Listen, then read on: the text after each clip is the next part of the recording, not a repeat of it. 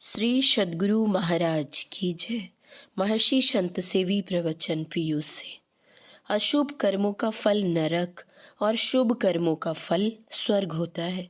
लोग स्वर्ग तो जाना चाहते हैं क्योंकि वहाँ सुख होता है, नरक जाना चाहते नहीं क्योंकि वहाँ दुख मिलता है। लेकिन हमारा किया हुआ जो शुभ व अशुभ कर्म है, उस कर्म का फलोपभोग तो हमें करना ही पड़ेगा। उस कर्म फल के भोग से हम वंचित कैसे रह सकते हैं।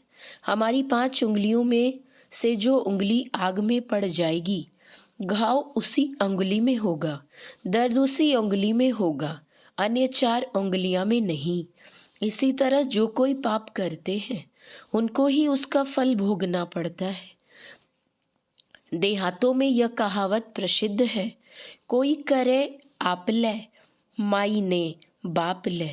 ना बाप भोगेंगे ना माई भोगेगी, ना बेटा भोगेगा ना बेटी भोगेगी, ना पत्नी भोगेगी ना पति भोगेगा।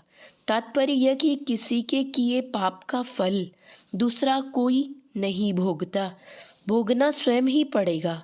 अब सोचने की बात यह है कि पाप का फल नरक होता है और नरक में दुख मिलता है, इसलिए हम भविष्य में पाप नहीं करें, ठीक है। लेकिन जो पहले का किया हुआ पाप है उसका फल तो हमें भोगना ही पड़ेगा। उस पाप कर्म के फल से हम कैसे बचेंगे, इसके उत्तर में निवेदन है। अभी आप लोगों ने शाम वेद के पाठ सुना, यदि शैल समम पापम विस्तीर्णम बहुयोजनम विद्यते ध्यान योगेन नान्यो भेद कदाचन।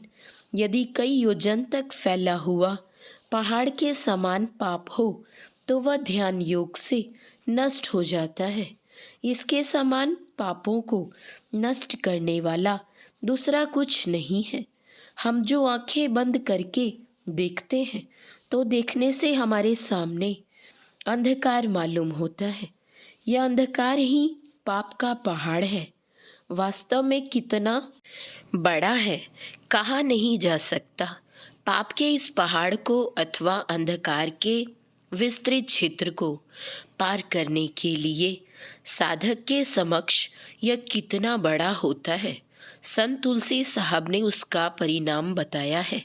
श्याम कंज लीला गिरी सोई, तिल परिमाण जान जन कोई। अर्थात उस पाप को परिमाण तिल के समान है। उस पहाड़ को छेदता कौन है, भेदता कौन है? श्री सद्गुरु महाराज।